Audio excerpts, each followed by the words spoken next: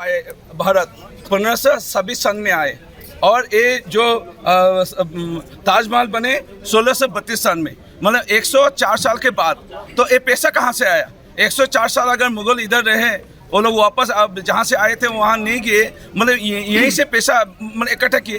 किससे पैसा लिया? हिंदू लोगों से पैसा लिया, लूट मार करके बहुत राजाओं को मार के, हम लोग का हिंदू जो राजा थे उनसे पैसा लेके ही लूट मार करके, चोर डकैती करके पैसा लिया। और मुगलों ने ये ताजमहल बनाया, दूसरे जो भी बनाया।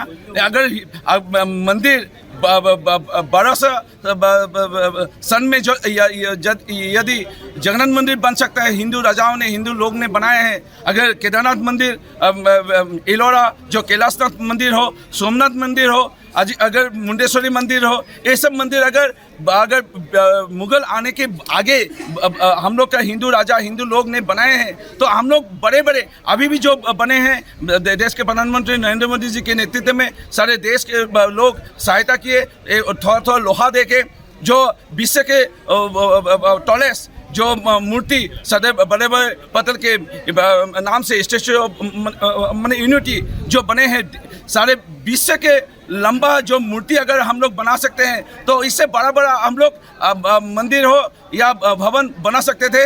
जो मुगलों ने अन्याय किया, यहाँ आके हम लोग का ही पैसा लूट मार के जो बनाया, बहुत छोटा, जो हम लोग इससे बड़ा बनाने का हम लोग का समर्थ है। ठीक है।